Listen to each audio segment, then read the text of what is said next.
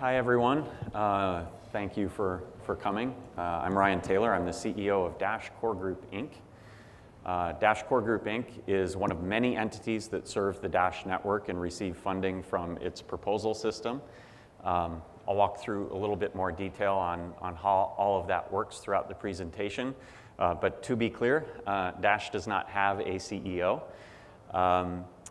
Dash Core Group consists of about 60 employees and contractors working around the world in a variety of different tasks for the network. That includes the core protocol development, as well as business development, marketing, and a number of other functions for the network. Alongside many other teams located in countries around the world or working on software projects of their own to benefit the network. So what is Dash? Dash is digital currency, obviously, and the network is payments focused. We're focused on bringing in payments industry best practices to bear on cryptocurrencies. For us, that means an emphasis on speed, on high transaction capacity, low cost of transactions, and a particular focus on ease of use. Dash features instant transactions that's very popular with our users. Transactions confirm in as little as 1 to 2 seconds, so very similar to the experience of using a credit card. And that allows Dash to be used in places that other cryptocurrencies can't, like at the point of sale. Just as an example, we have between 2,000 and 3,000 merchants in Venezuela, and that includes the largest department store in the country. And transactions there are much more fluid than other cryptocurrencies because the consumer doesn't have to wait, and that's a very big deal. And as a result, Dash is leading in Venezuela as far as merchant acceptance goes and as far as the number of users that are actually transacting with cryptocurrency. We have a strategy that focuses on use cases that cryptocurrency serves particularly well, and that Dash in particular is well positioned for. Things that take advantage of our speed, low costs. And so a couple of examples there of the strategies that we focused on include high inflation countries. We talked about Venezuela just a moment ago. Gaming, and in particular sports gaming, fantasy sports betting, esports, because they're time sensitive. You can't afford to place a bet and wait to see whether or not it confirms in time for the game. And so we're seeing particular adoption in use cases like that one. Cryptocurrency traders, the ability to move value between exchanges instantly and take advantage of arbitrage opportunities that might not be there in an hour. And so there's a number of other examples. I won't go into all of the areas that we're focused on, but we are gaining traction in every single one of those areas that we've focused on. So I'm going to talk a little bit about Dash's funding model and what makes it different from a lot of other cryptocurrencies. Where we've been over the course of the last year through this crypto winter and how it's affected us. And then a little bit later, Bob is going to walk us through some of the technology updates on what we're working on and what's coming. Dash is pretty unique. We were the first cryptocurrency to really launch the model that we have. And that is that we split our block rewards into 3 different components. One is mining, in order to secure the network, but we recognize that that's only one need of a good payments network. You need good infrastructure, so 45% of our block reward goes towards masternode operators. These are the people that are keeping full copies of the blockchain, relaying the messages around the network. And because those are paid, we have a very high-speed network. It relays transactions around about 100% faster than Bitcoin does, and it also is much higher capacity. We do have a 2 megabit block size limit, but research from Arizona State University has revealed that we can go up to at least 10 megabyte blocks. and they occur 4 times as often. Our block time is about 2.5 minutes. And as a consequence, today we have around 8 times the capacity of Bitcoin's network, but we can easily scale to 40 times. And the interesting thing about the research was they only tested up until 10 megabytes. So we don't actually know where the limit is. And it also presumes the current price. Of course, if the network were being used that much, you could assume that the price might be quite a bit higher. That would fund even better infrastructure. So it has a tendency to feed upon itself as the network grows. That last 10% is allocated towards what we call our proposal system. And what it provides is continuous funding. Much like Zcash's block reward, it continues to fund the network on an ongoing basis. Right now, at the current price, that's about $10 million a year. And that's available to all the projects that serve Dash. It is directed by the network. Every single organization that receives funding has to put a proposal up to the network for funding, and it has to be approved by the network. The masternodes each cast 1 vote for or against each of the proposals. The highest ranking ones pay out first.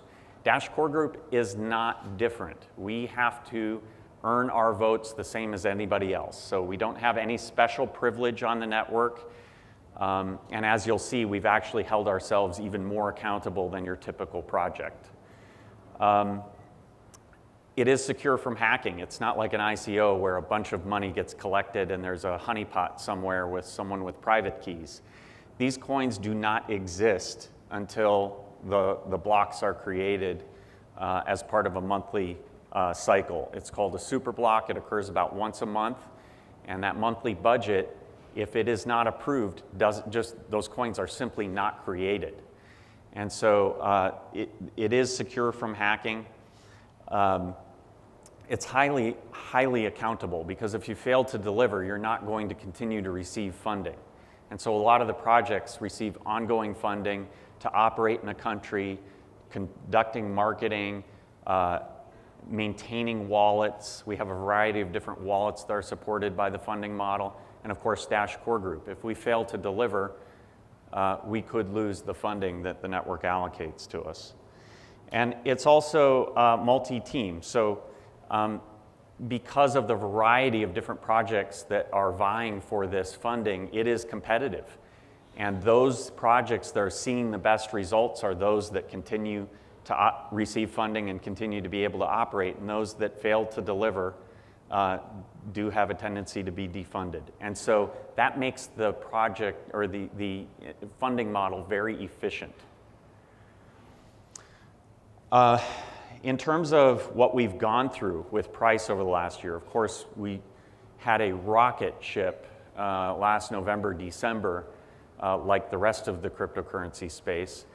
And what you see here is when that happened, actually, there weren't even enough good projects to go around, and a good portion of the budget was unused. So those coins were simply never created.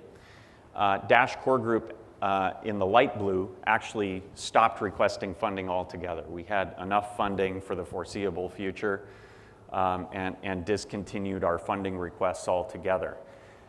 As the price came down over the last year, the budget system did start to run up against its capacity limits. There were some teams that failed to continue to receive funding. Dash Core Group has had to scale up its funding requests as a percentage of the budget in order to continue our operations. We have taken cost-cutting efforts and cut about 8% of our staff here at the beginning of this year. As the prices come back up, we've started to rebuild our reserves, and we're in a much healthier financial position. As well, you see in the most recent month, a portion of the funding actually didn't get used, so now some of those smaller teams around the world are starting to be able to expand again. There's some available funding for projects to get started again. And so really the funding scales with the scale of the project. As we get bigger, that funding pool becomes more valuable and can deliver more to the network. In the current month, based on our current price, if you were to project that out, it's about $10 million a year in funding. So it is a substantial amount. Like I said, we have 60 employees and contractors, so it is a substantial amount of resources that we can bring to bear for the network's growth. Dash Core Group, as I said, is pretty unique. We are a corporation, and we used to be structured as a foundation, a nonprofit. We chose this structure because it loosens all the limitations around what we're allowed to do, where we're allowed to receive funding from, identifying the sources of funding. That's pretty hard to do when you're a foundation receiving large sums from a network of individuals you don't know who they are. And so this is a much more scalable model for us. We introduced this back in 2017, and essentially Dash Core Group issued 100% of its shares to a trust. And that trust beneficiaries are the network itself. And so that established a fiduciary duty back to the network. Essentially, they are our shareholders. And so we have no profit incentive. On a yearly basis, as our balance sheet grows, we may pay a little bit in taxes, but it's highly tax efficient because we're only drawing from the network what we need to operate as a legal entity. The trust itself is controlled, of course, by trust protectors. In our case, those trust protectors are assigned by the network. They're elected positions. We just held our first election here about 2 months ago. And those are trusted community members that have been elected to those roles. And so they have direct oversight over us, and they wouldn't have to go with the nuclear option if they wanted to replace us. They wouldn't need to defund us and destroy all of the value that has been built up and all of the knowledge that's been built up in Dash Core Group. If they don't like the job that I'm doing, they can fire me and simply replace me or other members of the management team, as opposed to defunding Dash Core Group and trying to start another entity from scratch. And so we voluntarily created all of this because it's what's best for the long-term sustainability of the network. So I think we're very unique in that we're, I believe, the only entity that is truly controlled by the network that it serves. But we're not the only one. Over the last year, we've done something pretty revolutionary, and I just announced it last week. We have created the Dash Investment Foundation. The Dash Investment Foundation is the world's first, and let this sink in, ownerless and memberless investment fund. No one owns it, and it has no members.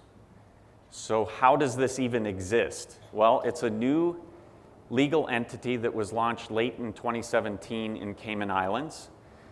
An entity can be formed by a single member, and that member can relinquish their membership.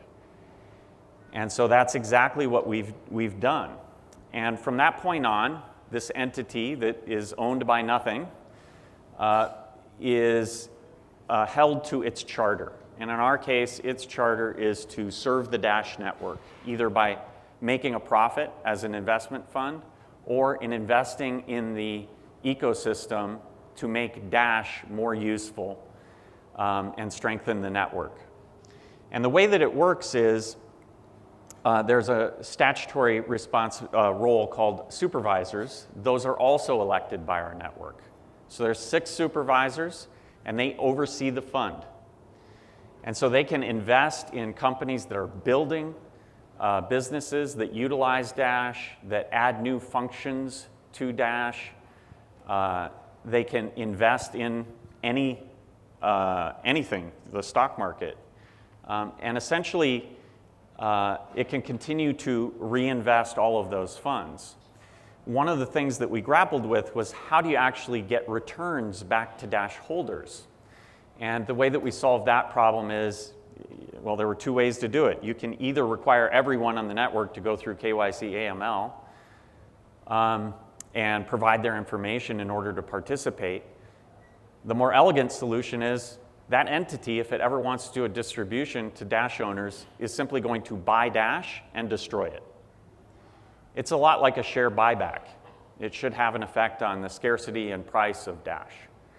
And so it's a pretty unique entity. We believe it's the world's first ownerless and memberless investment fund. And that's pretty mind-blowing when you think about it.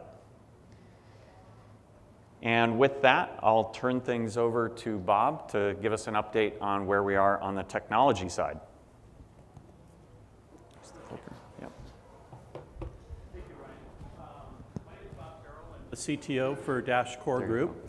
And I want to take you through a little bit of our innovations, some of our current releases, and our future roadmap.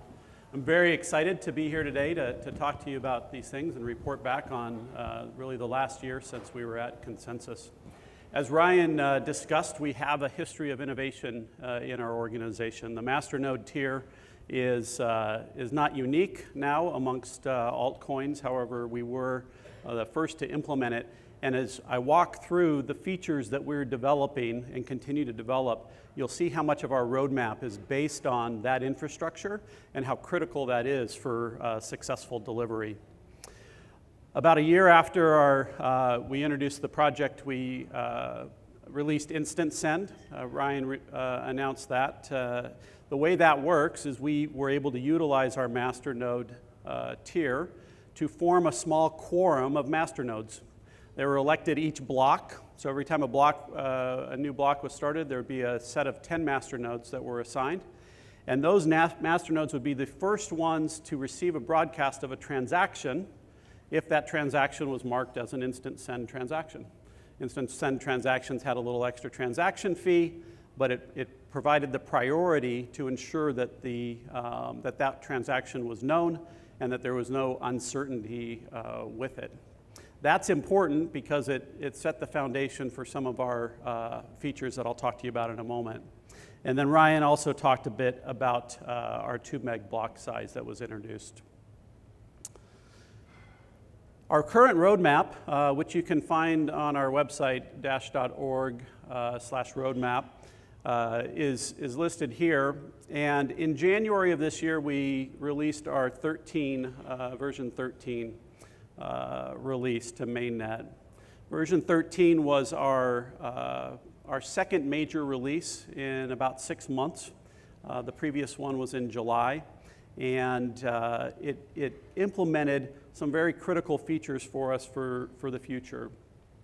The first one that I want to hit, and I won't take you through the list in chronological order, exactly order, but was special transactions. We all know what we can do with opcodes. We can do just about anything and do it amongst scripting. What we wanted to do was surface some of those things that were most critical to our network through special transactions, and those were implemented at the protocol level. We'll talk a bit more about them, but they are going to apply to blockchain identities and as well as the deterministic masternode list, which was also implemented in version 13. The deterministic masternode list, as I talked to you, I said that we used a quorum of 10 for instant send. We knew that we had other uses for quorums to have consensus amongst our masternodes and that we needed some flexibility with that. But we needed to know who were masternodes. The masternode is any node that can prove collateral of 1,000 dash. 1,000 dash is significant, right? That's based on today's price, it's $140,000. I wish I could take you back on the roadmap when it was $7,000, but I can't do that.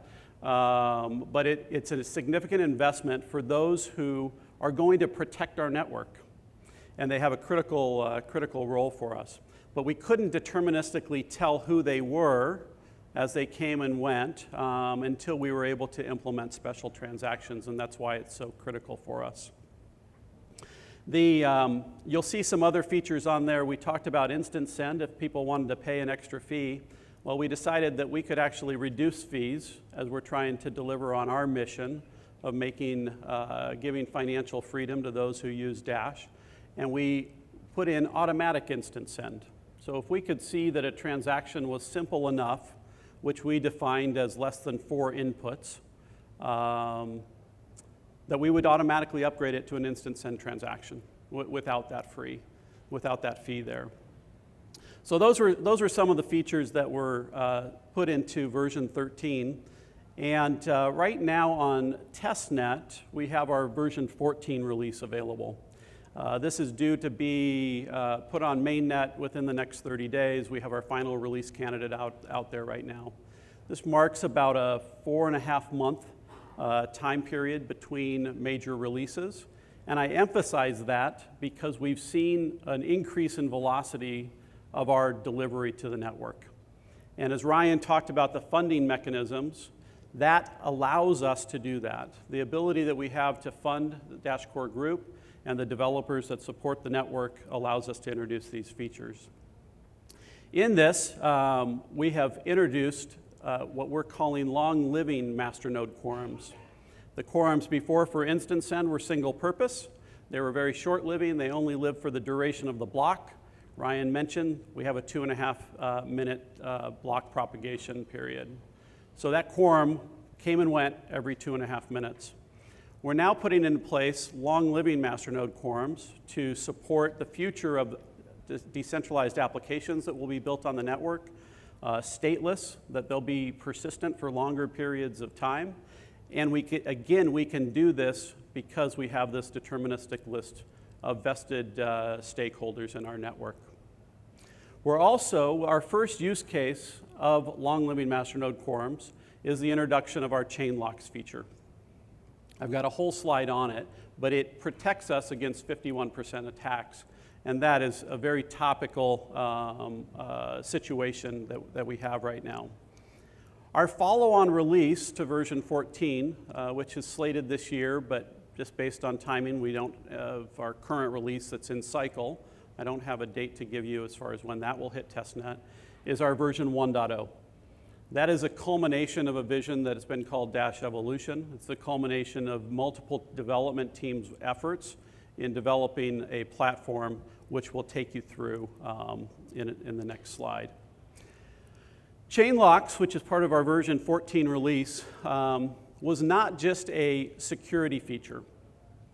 The security around it and preventing a 51% attack is incredible. The reason we can do that is we know the 51% attacks are attacks on the mining with miners. We have a second tier, right? We can always calculate what a rentable hash rate is and the costs associated with that.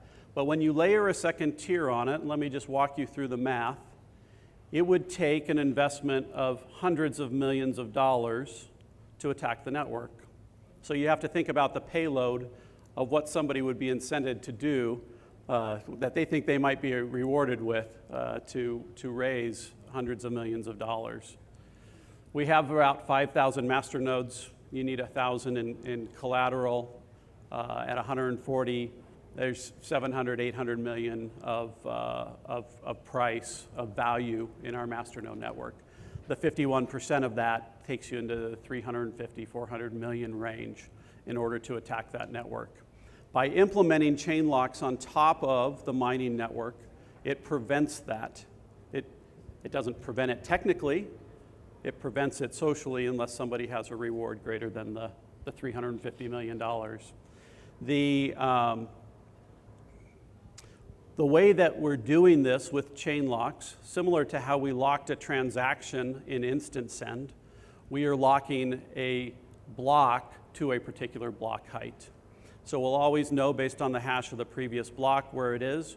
We use a quorum of masternode owners to identify and form consensus about what the previous block was. We don't have to deal with longest chain and competing chains and race conditions on the network. And this is all done at the protocol level. So we're very excited about what chain locks offers to us from a security standpoint, but also from a user experience standpoint. Because now, as a transaction is sent, those funds can be re-spent immediately because that block is already confirmed on our network. I'll just wrap with Dash Evolution, which is our next major release after 14.0. And Dash Evolution was really a vision that was outlined a couple of years ago for Dash and where we wanted to go. I think Ryan did a great job of articulating what our focus is on payments, what our vision is as far as financial freedom, and speed and transparency on the network. And Dash Evolution really delivers on that. And I'll talk about three major components of what Dash Evolution delivers. The first is blockchain identities. And I'll reference right now, just so I don't forget it at the end, a couple areas that you could look to for additional research. In our GitHub repo, which is Dash Pay, github.com/dashpay, there's a repo called DIPs. Those are our Dash improvement proposals. And if you look under DIPs, we released DIPs 2 through 8 in the last calendar year. And those referenced special transactions, long-living masternode quorums, chain locks, as well as blockchain usernames. The blockchain username is an immutable identity stored on layer 1. It is going to be used for transaction payments to be able to transact with your friends by a common username as opposed to a cryptographic address. It'll also be used for storing private data off-chain in the decentralized apps which are part of Dash Evolution. That's DIP 5, and if you want to learn about our identity strategy, you can look at it there. The other two components of Dash Evolution are really the platform, which comprised off-chain data storage, leveraging, again, our masternode networks. You have to think about where is this data being stored. It's being stored on the masternodes and their infrastructure, and a decentralized API to be able to access that data through the dApps or decentralized apps that will be part of the Dash platform. We've chosen open technologies. We've chosen JSON for data structures. We've chosen HTTP for an open API protocol to take us above and beyond the limitations that exist in peer-to-peer messaging and some of the port blocking that happens. We need, if we're going to achieve financial freedom and independence and that acceptance and accessibility of Dash, to be able to operate over those standard protocols. How can we do this? We have an incentivized second tier. With the masternodes, they enable that. With our developers, which as CTO, I can tell you I'm extremely proud of the team. They live everywhere except for New York City. And so they're not here today. We do have members of our product team here. But I'm extremely proud of them because during this crypto winter, we've stayed to our focus, stayed to our vision, and are well aligned to not only have delivered more releases during crypto winter than we have off winter, but are well positioned to deliver on the vision that is evolution. So with that, I thank you very much and have a good day.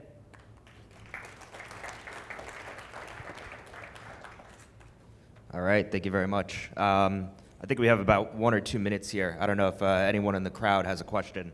I can bring the mic over to you. I'll let you. Awesome.